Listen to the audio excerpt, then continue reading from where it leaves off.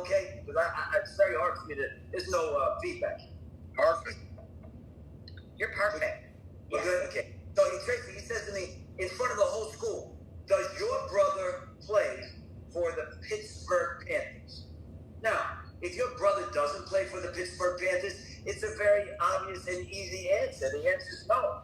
But if you have low self-esteem and you always were hoping that you had a brother and you always felt that you wanted to be somebody else, I said at that moment, I saw my whole life about to change. I said, yes, he does, Coach. Yes, he does. And everybody in school, everybody looked at me like right then, like, wow. You know that Steve had a brother. Wait, I knew he had a stepbrother. I thought he was a plumber. It turns out he played for the Pittsburgh Panthers. And the reason I tell you that story is, my whole life, I was always looking for something, someone, some substance to fill this God-sized hole. I never was okay being me. My dad, Stan, my dad that's watching online, he's one of these guys that's okay in any situation. I mean, he's okay in any situation. He goes to the country of Colombia with me and my wife. He doesn't speak a word of Spanish. The people speak to him in fluent Spanish. He's like, just holds his hands up. He's totally at ease with himself. He can get along in any country, at any time, in any place. Just holds his hands up, makes the sign, feed me, or something like that. And he's totally good with himself. Me, no matter what situation I'm in, I'm always like 5 degrees to the right. I'm feeling okay with myself. So at this moment, when I said that my brother played for the Pittsburgh Panthers, which I really, be honest with you, I didn't even know what it was, but it sounded very important. I said, yes, my brother does play for the Pittsburgh Panthers. First of all, I didn't even have a brother. So the second thing is, he didn't play for the Pittsburgh Panthers. But at that moment, I got respect. And I knew right there and then what I was going to do from now on, from that day forward, is never tell the truth. Because the truth sucks. I want to be somebody else. And I became a chameleon, like many of us, Tracy, like many of us. I became a chameleon. If you wanted me to be Italian, I was Italian. If you wanted me to be Jewish, I'm Jewish. If you wanted me to be in the movies, I know Joe Pesci. I know Sylvester Stallone. I know these guys. Are you kidding me? I'm Italian. I know all these guys. If you didn't want me to be that, I didn't want you. If you were in the Broadway, I was in the Broadway. If you were in the Shakespeare, I mean, I couldn't pull off Shakespeare, but I'm like, yeah, I love Shakespeare. Phenomenal. Forget about it. It's incredible. And so I became a chameleon that never knew who he was. So the first time that I actually took my first drink, which is my first love, which is Manischewitz Jewish table wine. I don't know if they have that in Arizona, but it's a big deal in New York, Manischewitz Jewish table wine.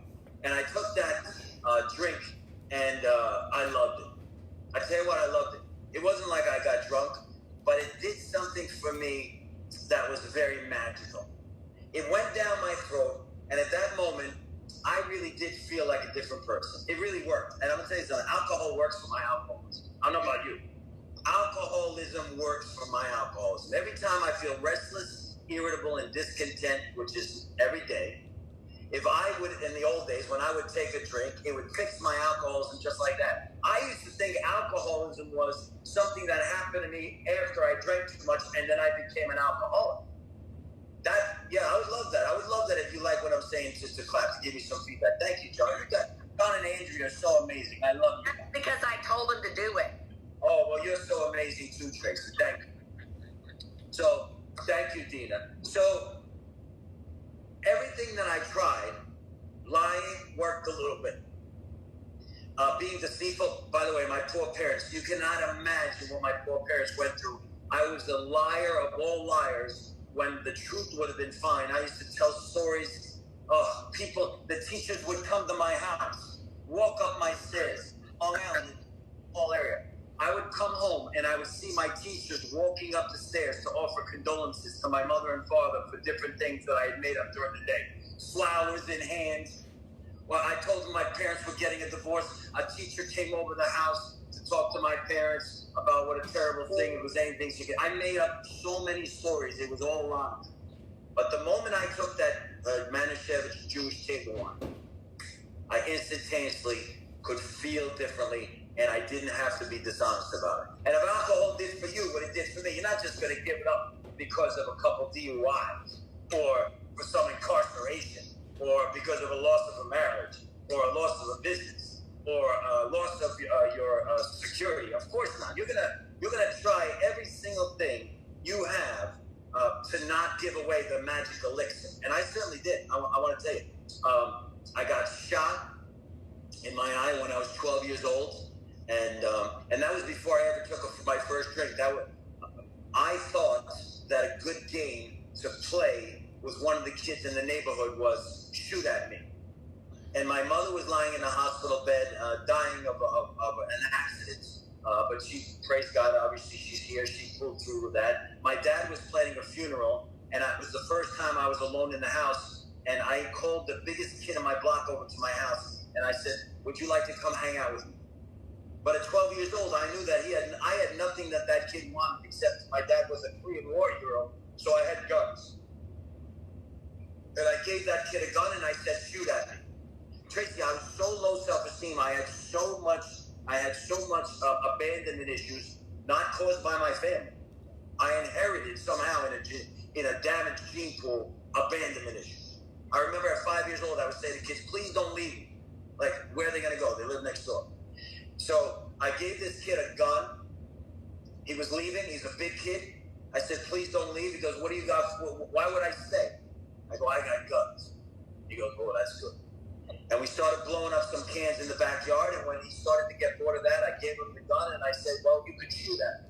I wanted so much to be loved. I said, "You can shoot at me." And then I figured I could move faster than the bullet because I have alcoholism and I always think I could, outsmart the bullet. So I figured, let me just move fast. And I moved fast, and a 1 in a million shot from like 25 feet away hits square in my right eye. That's why it's the way that it looks.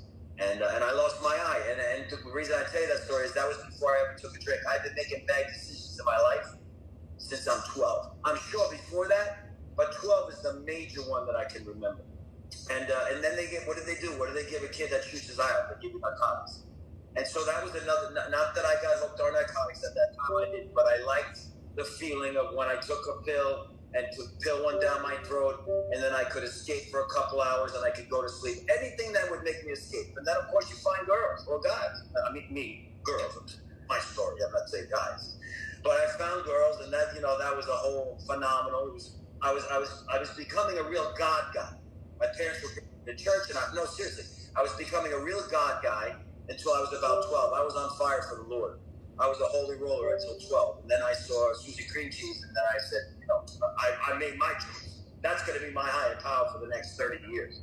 And I chased that around town. And but the problem with it, I still have restless, irritable, and loneliness, that I'm discontent. So if I'm with Susie, I want to be with Mary. If I'm married with Mary, I want to be with Tina. If I'm Tina, I want to be with Jolene. Jolene, I want to be with Suzanne. So if you're a person that can never be happy with himself, it doesn't matter what you pour into the God-sized hole. There was no girl. There was no alcohol. I hadn't tried drugs yet. There was no lying. There was no playing hooky that could fill this God-sized hole. And I didn't know it needed to be filled with God because I really didn't. I forgot about God at 12 years old. I really didn't ever think about him until I was 34. So I got one eye. I'm half Jewish, half Italian. I got other issues, and I start the list. I start the list on why I'm not the same as everybody else. I start making my list. Well, let me tell you, if you got shot in the eye, you would drink like I do. If you were confused, you'd drink like I do. If you had this, you drink like I do.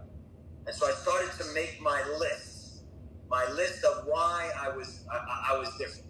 And then eventually, what happens is that I'm definitely. I just want to say this, Tracy. I'm not a real alcoholic. Excuse me. I'm not a pure alcoholic. No, take it easy. Okay? I'm not a pure alcoholic. I'm a real alcoholic. Okay? So I just want to say that because as I go on in my story, if I tell you that I rolled myself up in a carpet because I thought it was a phenomenal hiding place, you're gonna say that's strange. On Scotch, that never happened to me. So. You just have to understand there was other things that I had added to the mix, okay? And it really didn't matter what it was. I didn't care what the substance was. The only time that Mason, you're gonna like this. The only time that I ever said no to a drink or drug is when I didn't understand. So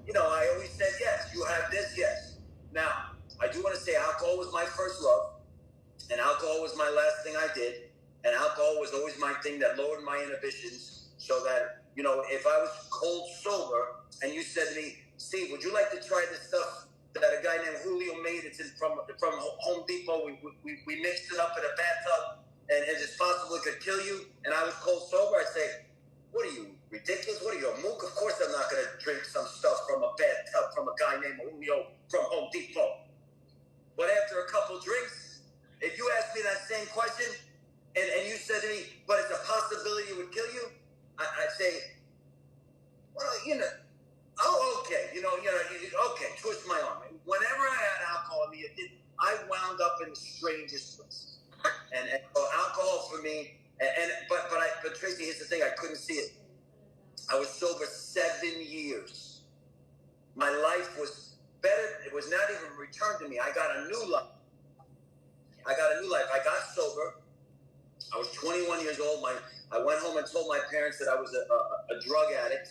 I just have to say that I didn't say I was an alcoholic, because I wasn't. I was addicted to one substance and one substance only. I got involved with the white powdery substance of the 80s, and I'm from New York, and I got involved with a New Jack City situation, and that was not my intention either.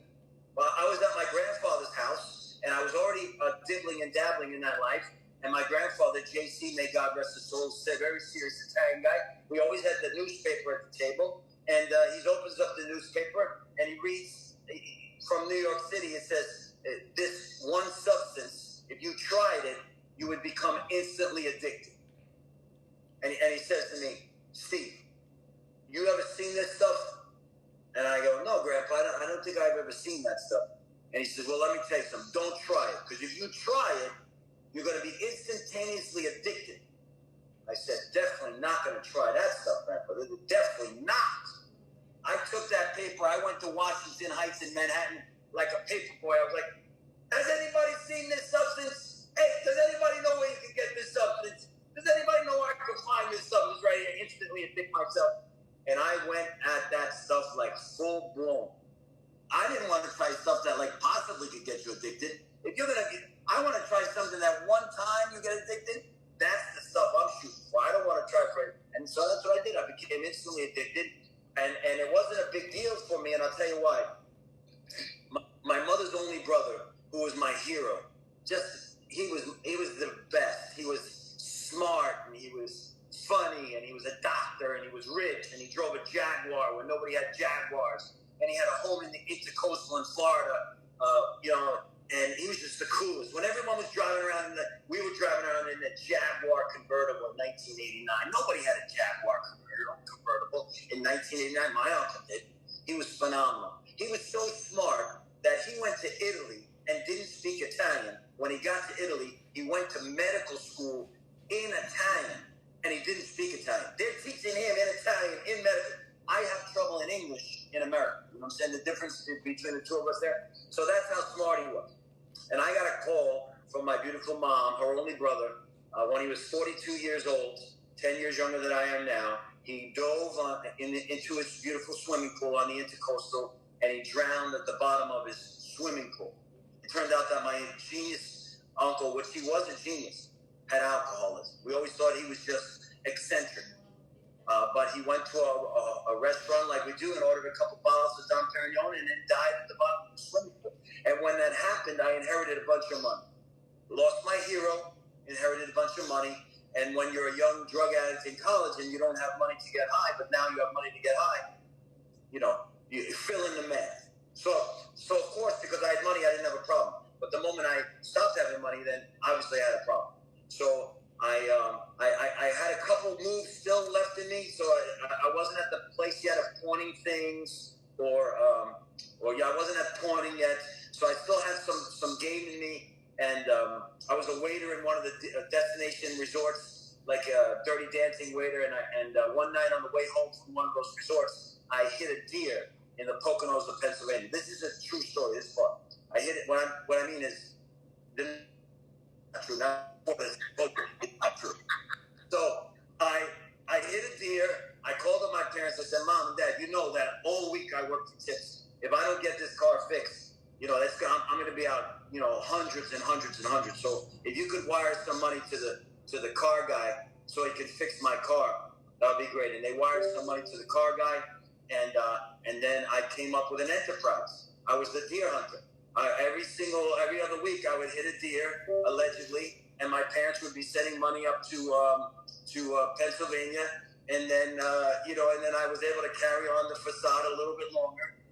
And then one day on February 14th of 1990, I came home, or 1991, like that. I came home and I told my mother and father that I was a drug addict, and they were shocked. God's honest truth, they didn't know. My mother thought I was like semi-retarded because I was hitting deer every other week. But when I told them that I was a drug addict, there was a sense of relief, of course, but also they were very, very upset. And they called one of our cousins, and we found out that he went to a treatment center in Minnesota, and my parents, we didn't have insurance for me at that time, so they paid cash for me to go to this amazing treatment center in the middle of the United States, which I didn't even know where Minnesota was. I know I was in college, and I should have known where Minnesota was, but I didn't know where Minnesota was. And that started my journey into recovery, not into Alcoholics Anonymous, because I was not prepared to go into Alcoholics Anonymous. I'm 21, right? My mother gets the VCR tape of Clean and Sober with Michael Keaton. She puts it on. She's like, "This is where you're going. Don't leave the house." And I go into the playroom, and I get some alcohol, and I start watching Clean and Sober with Michael Keaton. And I'm like, I can do this.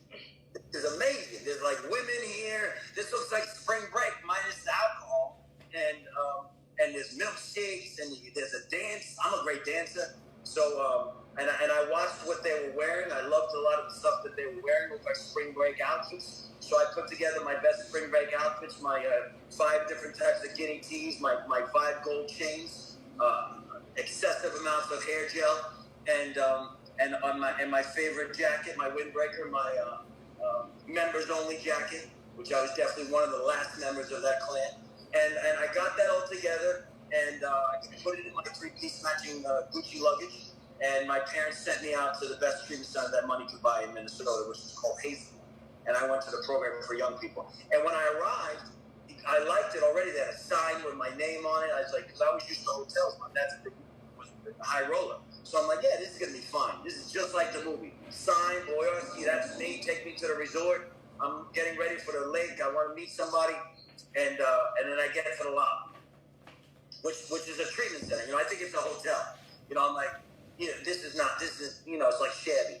And I get outside of the airport in Minnesota with my members only jacket, windbreaker, guinea tea, and of course I'm always keeping my chest open just in case there's some action in the airport.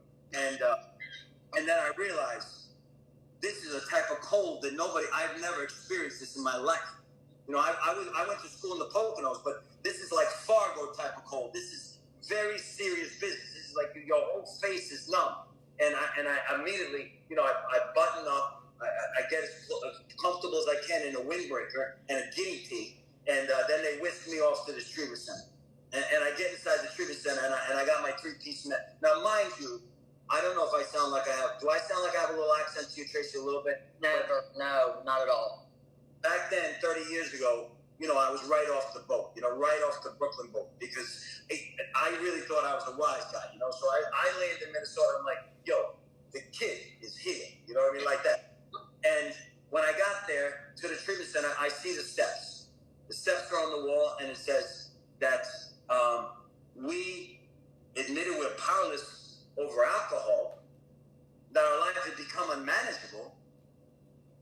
I wasn't there for alcohol. I hadn't even barely started drinking. I went right from Manischewitz. I drank a little bit of Mad Dog in college, and I was there for one substance and one substance only. And so I was really like taken back. And I said to the guy, listen, there must be a mistake. I'm not here to stop drinking. I just turned 22 years old. I'm not going to stop drinking. I didn't even start drinking. I'm here to get this one substance out of my system, and then you guys need to get me back. I'm in the senior year of college. This is ridiculous. And the guy said to me, well, we don't drink here. And I said, no, obviously I'm not going to drink here on the premises, but I'm not going to stop drinking permanently. That's not what I signed up for. Plus, I got a check for $35,000 from Stan Boyarsky. And I slowed down, so they understood.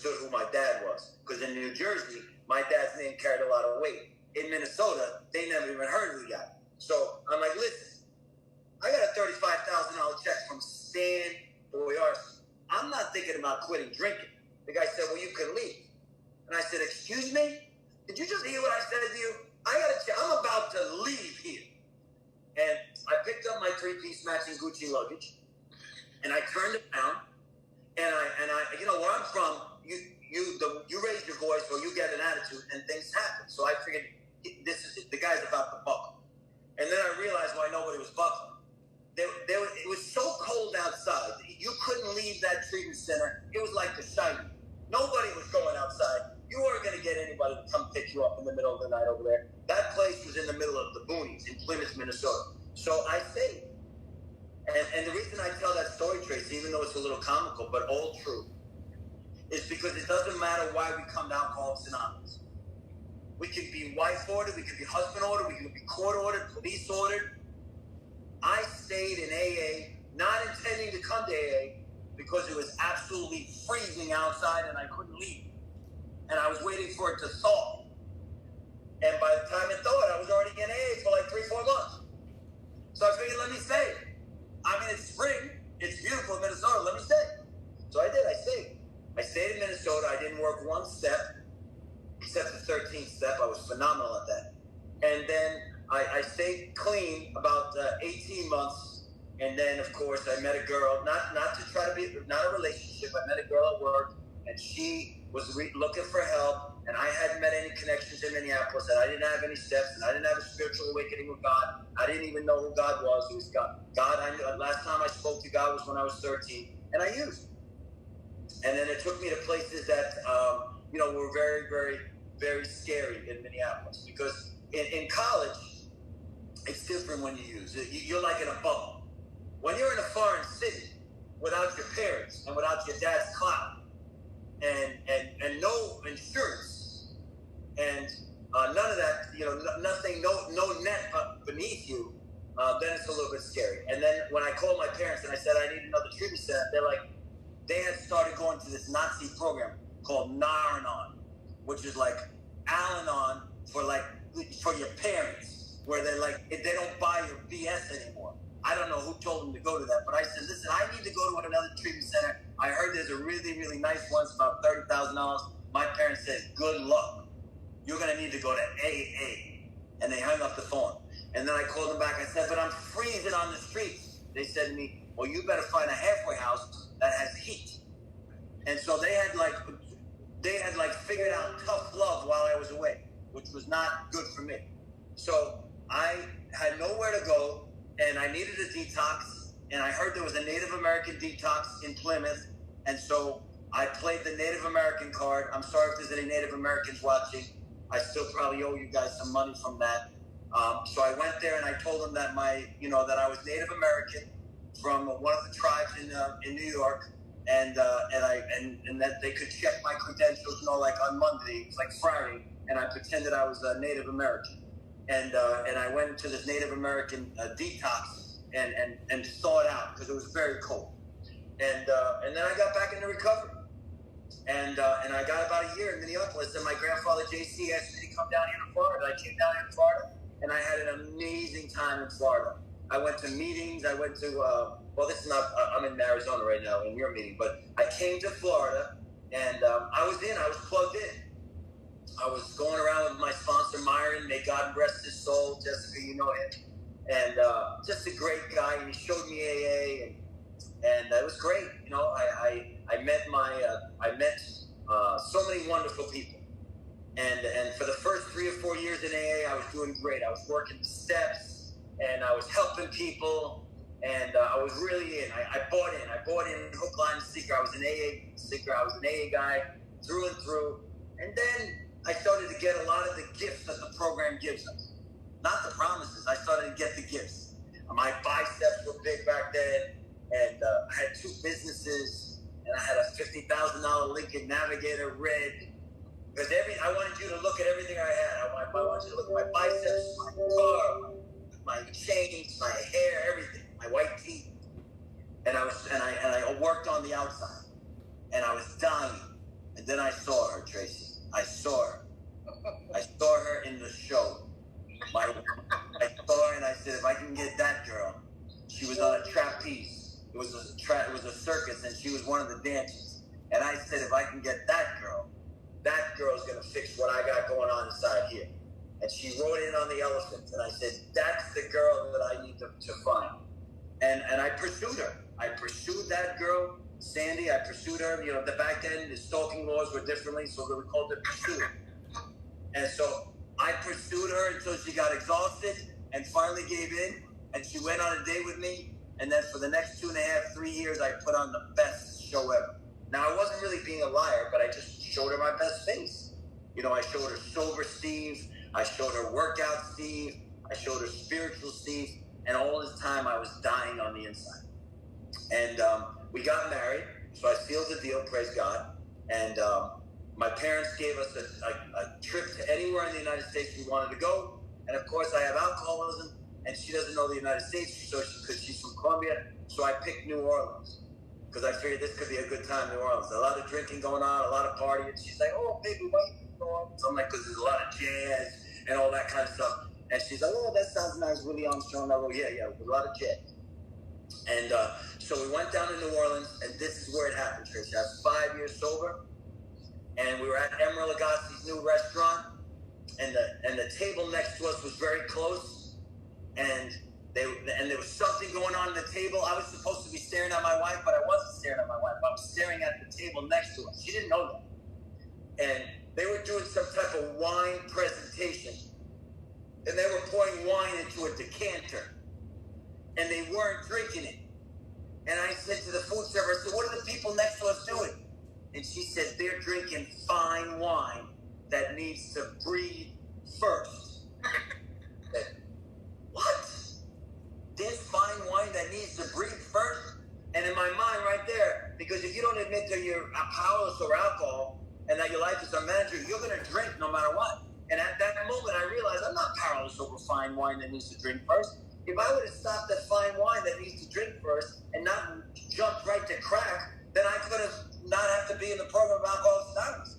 And I figured right there, that's what I'm going to do. I'm going to go back to Florida, and I'm going to find some fine wine, and I'm going to drink like one of those gentlemen, and I'm going to talk like this and talk about politics and get myself an attaché case, even though I worked in a flea market, and I was going to talk about politics, and it was going to be great. And that's what I did. I went back to Florida, and I stayed sober for the next 2 years, and then I drank. Because I was sure, Tracy, that as long as I didn't go back to drugs, alcohol wouldn't be a problem. And I had an amazing plan. I hope the guys from NRG Living are listening, because I had this fantastic plan. As long as I didn't use drugs, and as long as I just drank fine wine, I mean, who's going to get whacked on fine wine? I mean, it's like $100 a bottle, some Beaujolais or one of these things. So I knew as long as I didn't use drugs, I would be fine. But here's what I didn't understand. The moment you drink, your brain changes, and you produce an effect inside the brain that produces a compulsion, and you don't know what you're going to do. So I knew when I took that first glass of Japanese rice wine that I would never go back to drugs. The moment I drank the Japanese rice wine, I remembered I had drugs from an accident in my house in the back of a closet underneath a shirt that had a label on it that said, don't drink with this pills. I was like a superhuman, amazing thing. I took one drink and knew where those pills were from like the year earlier.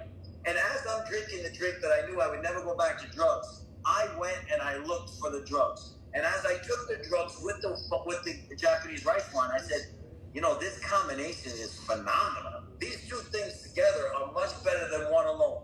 In the next 18 months, I went and I destroyed my life. I lost that beautiful wife. I lost the biceps. I lost the cars. I lost the businesses. But I really didn't lose anything. I gave it all away. I lost the respect of my parents. I was the president of my association. I lost that. And I became a guy that used drugs underneath the stairs of his own house in a luggage, not even a room, in a luggage area underneath my steps. So that on January 2nd, 2002, after having already 7 years of sobriety, a year and a half earlier, my parents and my wife looked at me and they were done. They were done. And I was done. And I was suicidal. and they put me in a psychiatric hospital for the fourth time in 3 or 4 months. You see, nobody ever tells you when you're going to go out and take one drink, and someone says, go out and try some controlled drinking. Nobody ever tells you you're going to go to 4 psychiatric hospitals and lose everything and get punched in the face and have 6 felony car crash and have to get stitches. And your parents are so disgusted with you, they get on a cruise ship and leave the country, and your wife leaves the country. Nobody ever tells you that. I mean, who's going to listen anyway, right? We got all the answers, right, Dave? Right, that tape, Dave? We got all the answers. So I wasn't going to listen to anybody. I needed to be pitifully and incomprehensibly demoralized. And I was. I couldn't stop using. I was going to meetings high. My poor parents came out of retirement and came down after 9/11 to try to help me. Nothing stopped me. And what happened was this. I wanted to die so bad. And there was no way for me to go but up. But I didn't even know how to do that. And I called up my first sponsor, Jerry Bear, who was living in San Francisco. And he said I should start praying on my knees. He said, Stevie, you need to start praying on your knees in the morning, and you need to start praying on your knees at night. And you need to ask God to keep you clean and sober. Because if you expect to get one day of sobriety without asking God to keep you clean and sober, you don't understand how this thing works. If I invited you over my house, and you sat at my dinner table, and you went and grabbed food without saying please, and then you left without saying thank you, do you think I'd ever invite you back over to my house again? And I said, no, of course not, Jerry. He said, so why would you think that you should be in God's world one day sober without asking for the gift of sobriety in the morning and thanking him for the gift of sobriety at the nighttime? Yeah. And that's what I started doing. I started praying on my knees and asking God to keep me clean and sober, even though all I wanted to do was smoke crack and drink. I know this is AA. Please don't get everybody upset. I see the guys at NRG. They can understand me. I can too. And so all I could think about was getting high and drinking. I didn't care about anything. But one day at a time, January 3rd, 2002, January 4th, 2002, January 5th, 2002, I started to put together a couple days. Every day praying on my knees in the morning and every day praying on my knees at night. And I got myself into a halfway house, which I was such a bum I couldn't even pay for. My wife had to pay for it, even though she had a restraining order on me. She was paying for me to go. I was such a bum. Big shot to no shot. She was paying my rent, $125 a week. I couldn't even do that. That's where I met a couple of the guys that are watching tonight. My friend Mason, I met him there. We were in a house together. And my friend Eddie, almost 19 years ago now. So the guys at NRG Living, I want you to know that the guys that I was living with 19 years ago, those are still my closest friends. And even though it has not been easy for us, we're still together 19 years later. And so I want you guys, don't give up. Because one day at a time, things change. Now, it didn't just change for me, because I'm sicker than most. I had 30 days of sobriety, and I decided I was going to get loaded one more time. But I'm not one of these guys that's going to go to get loaded with $20 in my pocket. I'll give you, for those people that can do that, respect to you, but I'm not one of those guys that have a better plan than it. I see guys go out with $5. That's not a plan. So I get off my knees, and I get on my knees, and I say to God, God, please keep me clean and sober. And listen what happened. As I'm 45 degrees up from my knees, I come up with a plan, Tracy. Because every single day in me is bad Steve and good Steve. Who I feed wins, who I starve dies. To this day, if I do the thing that's inside me, that what my flesh wants me to do, I'm going to use to this day. Now, that's not everybody's situation. There's people that say I'm recovered from the seemingly hopeless state of mind and body, and I'm totally recovered, and I respect that. But then that's not this guy's case. This guy's situation is very sick, and I have to keep feeding the good Steve and starving the bad Steve. And I came up with a plan. I got off my knees, and I thought, you know what? I'm gonna talk my wife into giving me $199. I'm gonna go get whacked for a couple hours. I'm gonna have some drinks. I'm gonna shower. I'm gonna shave. I'm gonna brush my teeth. And then by the time Mason comes home, everyone will still think I'm sober. Like I developed some type of junkie superpower because I was 30 days sober. Right. Like I was ever able to determine when I was going to be able to stop once I ingested it. I don't know. So I call up my wife and I say, sweetheart, already she knows there's something up. And she goes, what? You're not supposed to call me. I go, could I have $199 for a cell phone, a special cell phone to call my sponsor in California? And she says, hold on. And I think she's checking the bank account. But it turns out, like my parents did 10 years earlier, she joined another secret society called Al-Anon. And she calls up her Al-Anon sponsor, and her Al-Anon sponsor says, give the bum the money. Let's find out right now if we're going to follow through on the divorce papers. And they set me up. They give me $199 for a guy that's only 30 days sober, and they set me up. And so I go to get whacked. I know, but I know I got to go to the Sprint store, because if I don't buy a phone, then already at 10 a.m. in the morning, they're going to call the halfway house. The whole jig is going to be up. So I know I still got to play through. So I run to the Sprint store, and I say to the guy behind the counter, listen, man, I need to have the cheapest cell phone you have, like $15. And I need it to be on, and I need to be out here in 20 minutes. And listen what God does for me. The guy behind the counter says to me, Stevie B, it's so great to see you. I saw you yesterday at the Victory AA meeting. Welcome. We missed you, which is where my friend Duct Tape Dave and Jessica are from. And he said, welcome back. We miss you.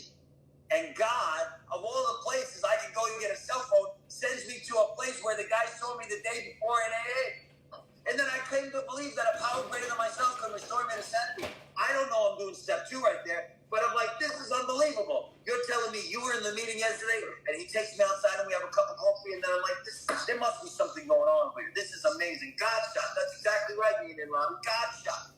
God shot, and I did a step 2 without knowing I did a step 2. It wasn't a handout from treatment. It was I did something different. I prayed on my knees. I went to get whacked. I didn't get whacked, and I'm like, bam, there's God. Isn't that amazing? Yeah. And that's what God does. God doesn't wait for your position your permission to wow you. If you sign up for this thing, He's going to wow you. If you came for the program just to stay sober, well, that's going to happen. But if you came to be wowed, you're in the right place. And so I got wowed. And 11 months later, I didn't get whacked.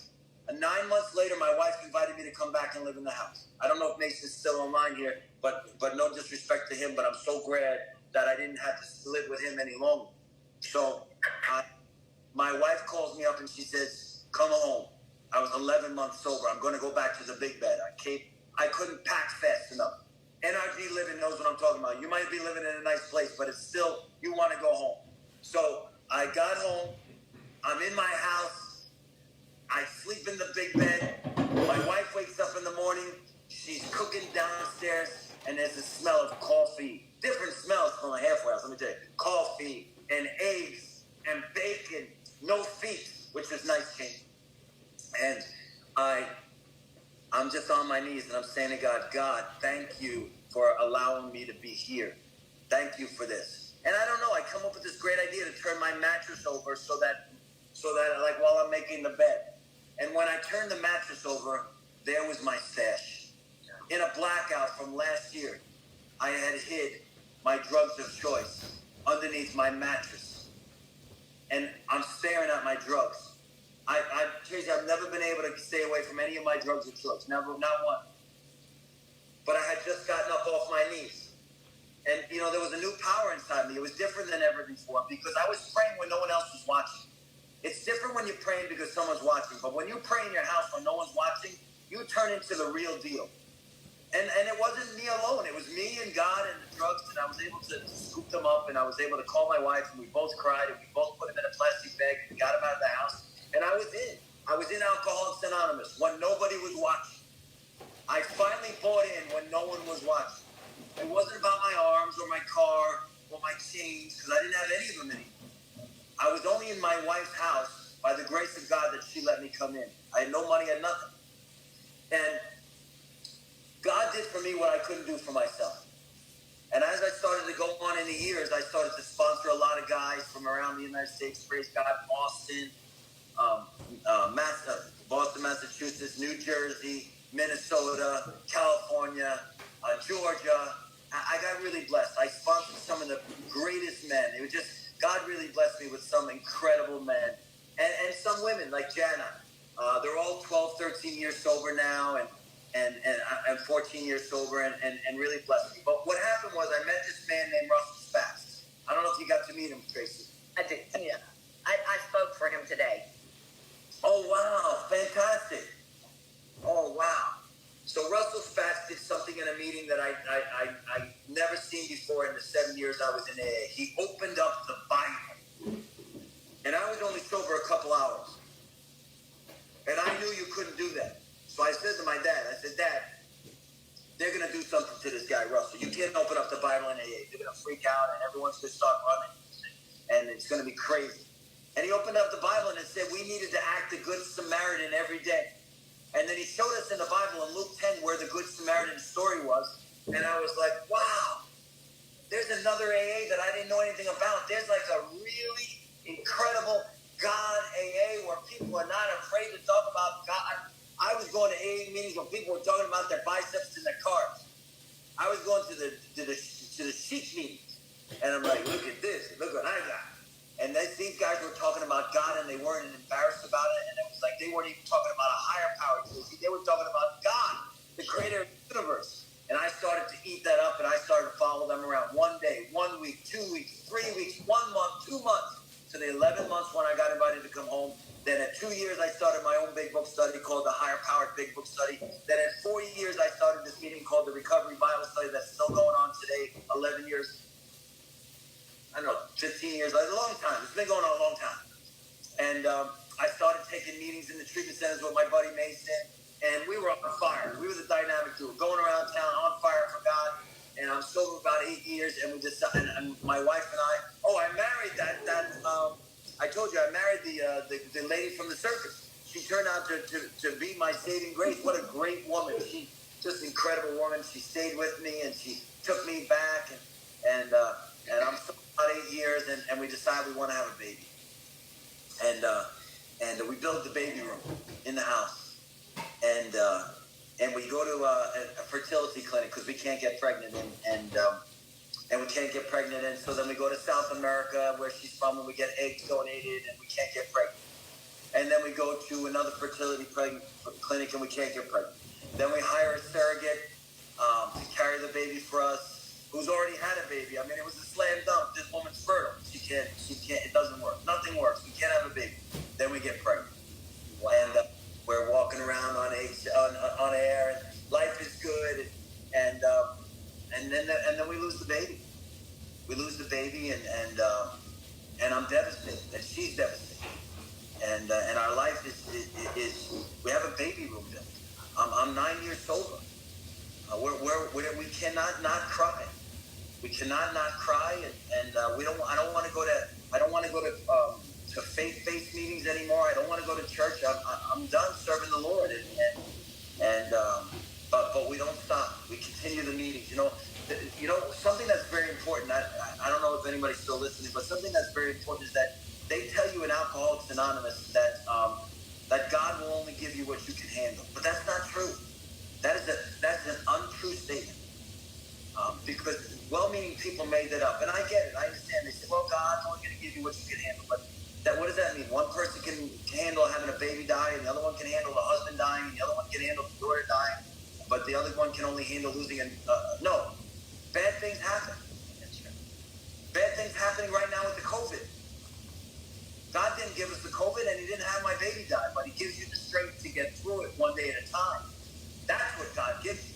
Yeah, God gives you the strength to get through this. You lost your job? Well, that's God. No, that's not God. You lost your job because there's 50 million Americans without a job, and God will give you the strength to get through it. That's the fact.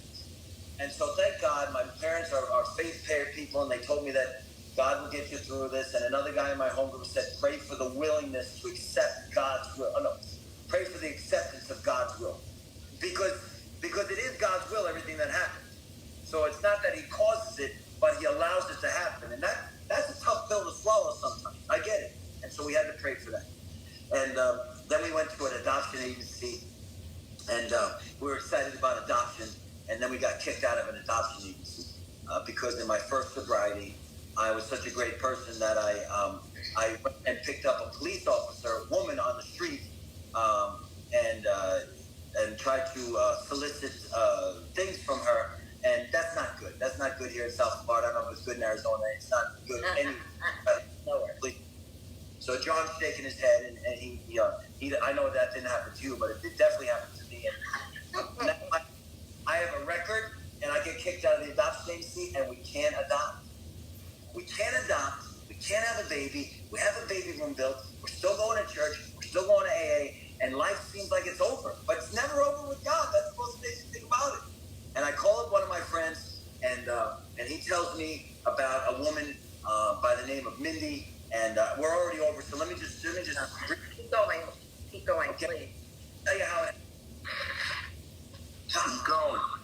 Brings us a baby at the top of the United States that we've never been to this state, and this woman, out of all the people in the United States, picks me and my wife out to be the parents of this baby, and we fly up there on faith the day after Easter, 9 years ago yesterday, and we meet the baby, who doesn't have a name, and he's just a little tiny thing, and we go up there, and we're about to meet the baby, and she says, what would you like to name the baby? And we say, we'd like to name the baby Joshua. And she says, why Joshua? And we say, because we're people of faith, and in the Bible it says, Joshua 24:15, we choose to serve the Lord. And she says she's not a woman of faith, but she doesn't say that. She says she's not a church person. And I said, well, Joshua's going to grow up in a godly home. And she says, oh, I think that'll be just fine. And I want to tell you something, Tracy. Oh, here he came. Hey, buddy, come on in. Second. Just for 1 second. Johnson, just come here for 1 second. Would you come out to kiss me? The meeting's about to come. Just come here for 1 second. Look at this photo. Look at this beautiful face. So cute. Joshie! Horrible. Gorgeous boy. And Joshua comes home with us, and 9 years ago yesterday changes our life, and he's bald for the first 8 months. No hair, Tracy. He has no hair. But I just wanted to say this before we end. God is always looking to show off. And around 8 months, by the way, how many years sober are you? 9. 9 years sober. That's fantastic. He's 9 years sober. That's amazing. And in his 9 months of life, Tracy, he springs out the most beautiful red hair that you just saw. He's the most beautiful redhead. And you know who he looks exactly like? He looks exactly like my mom. Like your grandma. He looks exactly like his grandma. You see, God's always looking to show off. We have to pay attention. I didn't expect him to come out looking exactly like my grandma, like my mom, and exactly like his cousins. Not that they have red hair, but they have the same complexion. And everybody that sees him walk with his grandma, they go, oh, now we understand. You look exactly like your grandma. Don't you look exactly like your grandma? And that's what God wants to do with us, Tracy. And this is what people are doing all the time. They're settling for sober. They're settling for sober when they can have a life beyond their wildest dreams. Rocket it into the fourth dimension. What's that? Rocket it into the fourth dimension. It can be rocketed to the fourth dimension. Settling for sober is like going to the buffet, and you get to the buffet and you go to the first part of the buffet. When we could go to buffets, of course, before the COVID. I don't know if buffets are still going to be around anymore. I certainly hope they are. But when we could go buffets, we would go, and imagine you go just to the front of the buffet and you grab a crouton and you put it on your plate and you go back to your seat, and people say, how you eating your crouton? You go, hang it in there, one day at a time. And they're eating their crouton when they could have the whole buffet. They could have the beautiful child with the red hair and the cherry on the sundae, the fried rib, and the lobster and the cracked crab. Because God doesn't want to minimize. He wants to maximize. He wants to show off in our lives. And he wants us to go around telling everyone what an incredible, blessed life we have. And listen, this is a difficult time, and I'm going to end. This is a difficult time. We've never experienced it before, ever, in the history that we know in our lives, right, Church? We've never seen this. Our whole entire world got shut down. But you know what? There's going to be, even in the difficult times, there's going to be blessings. There's going to be, right now, my first time speaking in Arizona. I didn't meet you. I didn't meet a lot of people. No. And I get to see John and Andrea. I'm here in my home with my son, 10 o'clock at night on a Sunday night. I don't even go to meetings on Sunday night, but now I do. And so the last thing I want to say is this. Let's suit up, show up. Let's be responsible. Let's stay sober. And then let's have a life beyond our wildest dreams. Thank you so much for letting me share.